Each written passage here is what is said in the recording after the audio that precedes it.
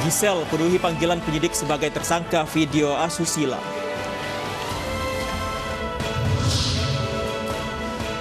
Miris, satu keluarga miskin tak pernah terima bansos.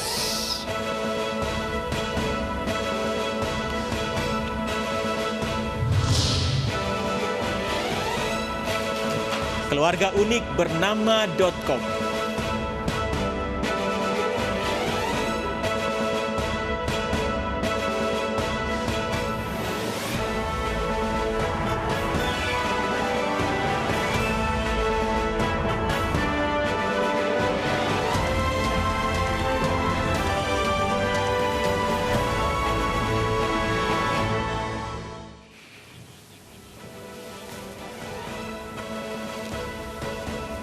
Halo, selamat siang pemirsa, saya Fandi Hasib kembali memperbarui informasi Anda dalam Anyus siang hari ini. Selain 3 informasi utama tadi, kami juga telah menyiapkan beragam informasi menarik lainnya untuk Anda. Seperti biasa, informasi pertama ada rekan saya Lovia Nadian. Lovi, ada informasi apa lagi untuk siang hari ini, Lovi? Baik, halo Fandi, apa kabar? Semoga selalu sehat dan juga pemirsa semoga selalu menerapkan protokol kesehatan. Dan hari ini Anyus siang memiliki update informasi pemeriksaan terhadap artis Giselle Anastasia dengan statusnya sebagai tersangka.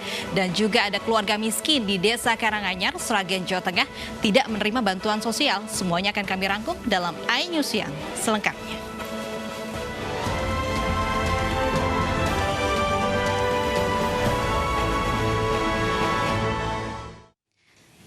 Pemirsa, belasan pengemis dan juru parkir liar terjaring razia Satpol PP Kecamatan Grogol, Petamburan, Jakarta Barat. Razia digelar untuk mencegah penyebaran virus COVID-19.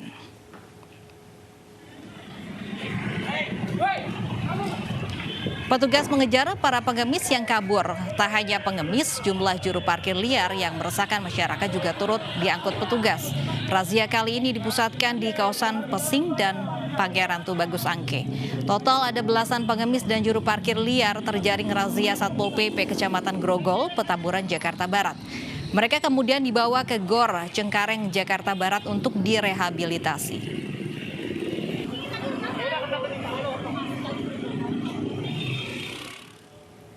Kios sembako di Kalideres, Jakarta Barat terbakar dini hari tadi. Penjaga toko berhasil menyelamatkan diri sebelum api membesar.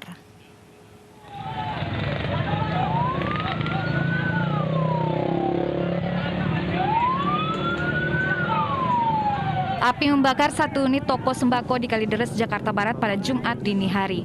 Warga sekitar berupaya memadamkan api dengan alat seadanya. 2 orang penjaga toko berhasil selamat dari kebakaran sebelum api membesar dan menghabisi seluruh bangunan.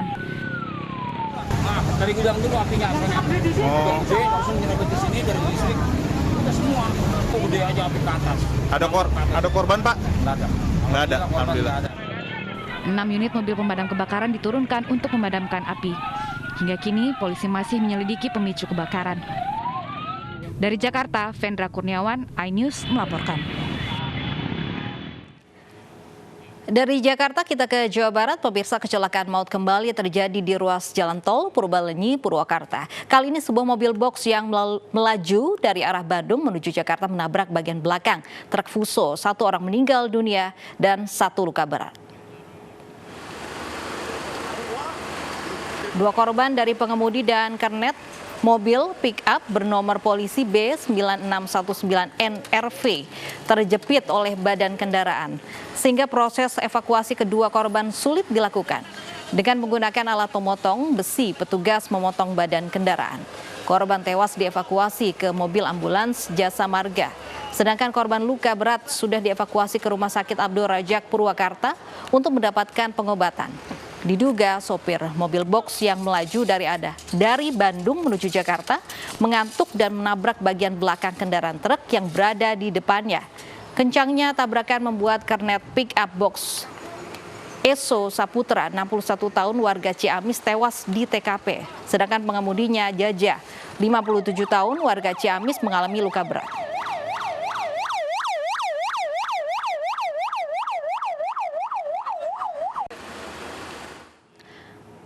Hari ini Polda Metro Jaya mengagendakan pemeriksaan terhadap artis Giselle Anastasia terkait kasus video asusila. Giselle hadir memenuhi panggilan penyidik dengan statusnya sebagai tersangka. Gisela Anastasia tiba di gedung Krimsus Polda Metro Jaya sekitar pukul 9 pagi. Pemeriksaan hari ini menjadi pemeriksaan perdananya sebagai tersangka. Setelah sebelumnya sempat mangkir pada Senin 4 Januari dengan alasan menjemput anak.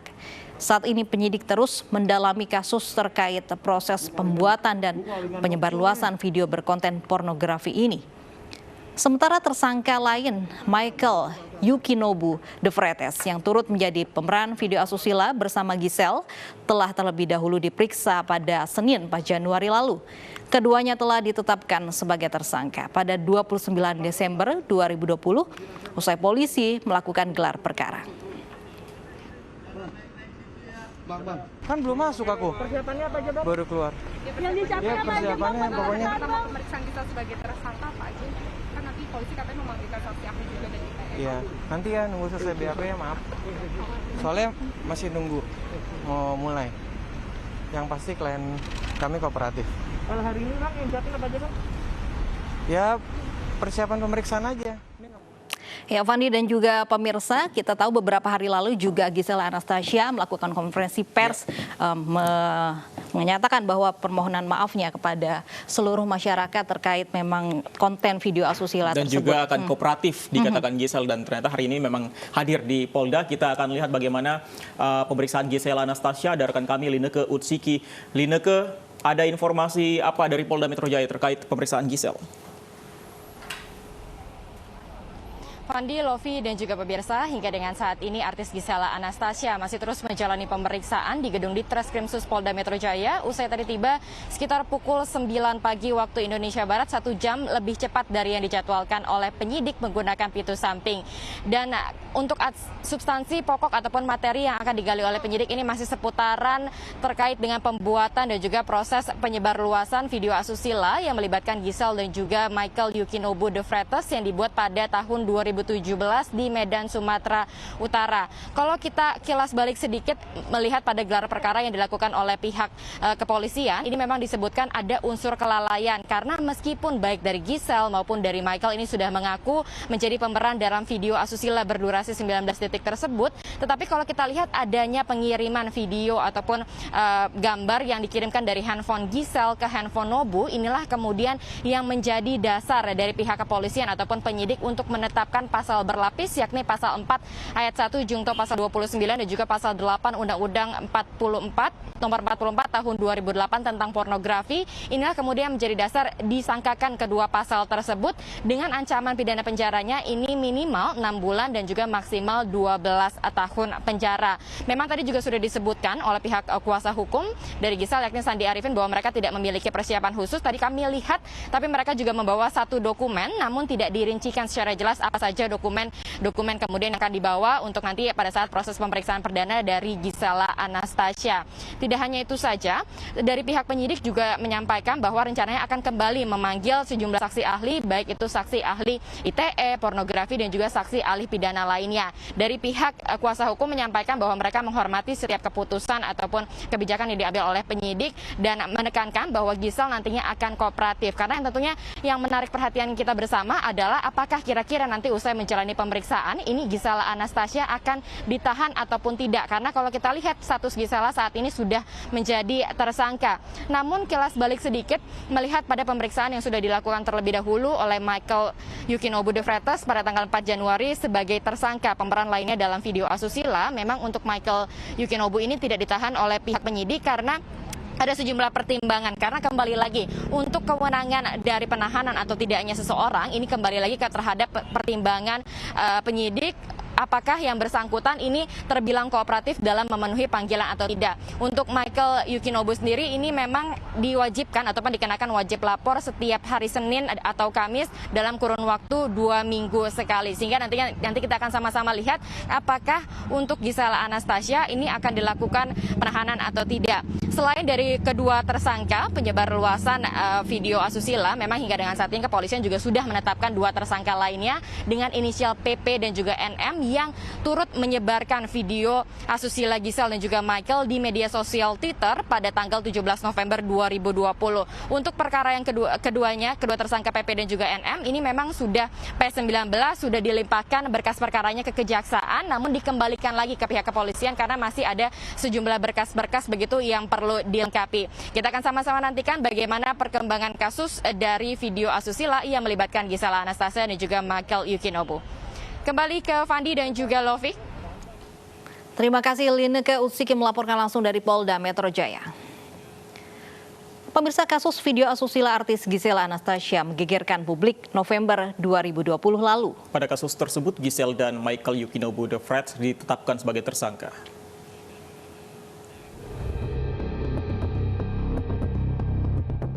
Video asusila berdurasi 19 detik beredar di media sosial pada November 2020 lalu. Salah satu pemeran dalam video disebut-sebut mirip penyanyi Giselle Anastasia atau Giselle. Polisi kemudian memanggil Giselle untuk dimintai keterangan sebagai saksi.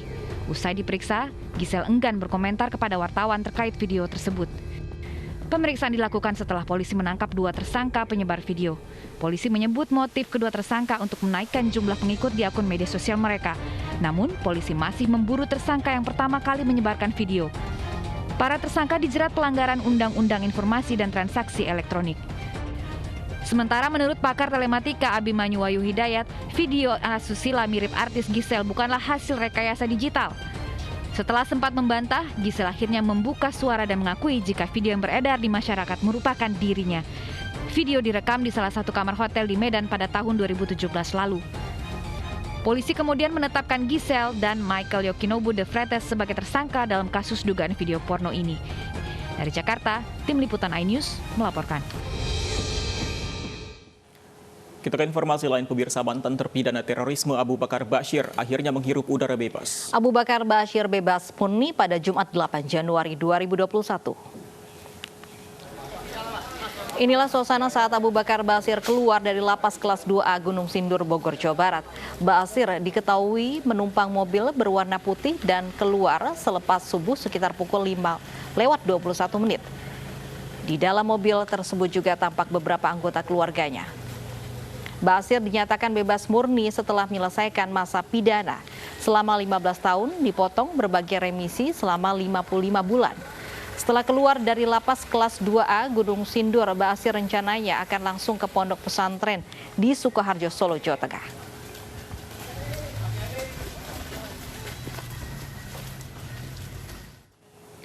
Dan untuk mengetahui situasi terkini perihal penyambutan kedatangan Abu Bakar Ba'asyir, sudah bersama kami ada Septiantoro langsung dari Pondok Pesantren Al-Mukmin Ngruki, Sukoharjo. Ya, Septiantoro, bagaimana persiapan penyambutan Abu Bakar Ba'asyir di sana? Ya, terima kasih. Saat ini saya berada di salah satu gerbang, yaitu di pintu barat Pondok Pesantren Al-Mukmin Ngruki, Sukoharjo. Rencananya nanti akan ada 2 jalur yang digunakan untuk dilalui Ustadz Abu Bakar Ba'asyir, namun belum dipastikan melalui pintu sebelah barat ataupun di pintu sebelah utara. Namun demikian, dalam perjalanannya tadi sekitar pukul 05.24, Ustadz Abu Bakar Ba'asyir telah bertolak dari LP Gunung Sindur menuju Pondok Pesantren Al-Mukmin Ngruki, Sukoharjo menggunakan perjalanan darat. Beliau didampingi dengan para keluarga dan tim pengacara Muslim. Kemudian diperkirakan nanti Ustadz Abu Bakar Ba'asyir akan tiba di Pondok Pesantren Al-Mukmin Ngruki, Sukoharjo ini sekitar pukul 13. Rencananya setelah tiba nanti Ustadz Abu Bakar Ba'asyir akan beristirahat dulu di kediamannya yang berada di dalam kompleks Pondok Pesantren Al-Mukmin Ngruki, Sukoharjo ini. Namun demikian, tampak tidak ada pengamanan khusus atau pengamanan yang berlebihan dari pihak Pondok Pesantren sendiri. Namun mereka memberlakukan ID card khusus yang digunakan untuk para tamu ataupun pengurus pondok pesantren untuk bisa masuk ke dalam pondok pesantren tersebut. Tapi selain nantinya setelah beristirahat, apakah sudah ada rencana yang akan dilakukan oleh Abu Bakar Bashir? Ya, berdasarkan keterangan resmi dari Humas Panitia Penyambutan Ustadz Abu Bakar Bashir, Ustadz Hendro, beliau menyampaikan bahwa tidak akan ada kegiatan ataupun penyambutan gitu untuk Ustadz Abu Bakar Bashir. Beliau hanya akan berada di rumah bersama keluarga. Namun demikian, diagendakan besok Sabtu rencananya akan ada kegiatan pertemuan dengan beberapa alumni yang pernah menyantri di pondok pesantren ini. Baik, terima kasih Septiantoro melaporkan langsung dari Ngeruki, Sukoharjo. Pemirsa, Abu Bakar Bashir bebas murni setelah menjalani masa tahanan sesuai vonis pengadilan, yaitu selama 15 tahun penjara dipotong berbagai remisi selama 55 bulan. Selain kasus terorisme, Bashir juga pernah ditangkap atas jumlah dakwaan yang berbeda.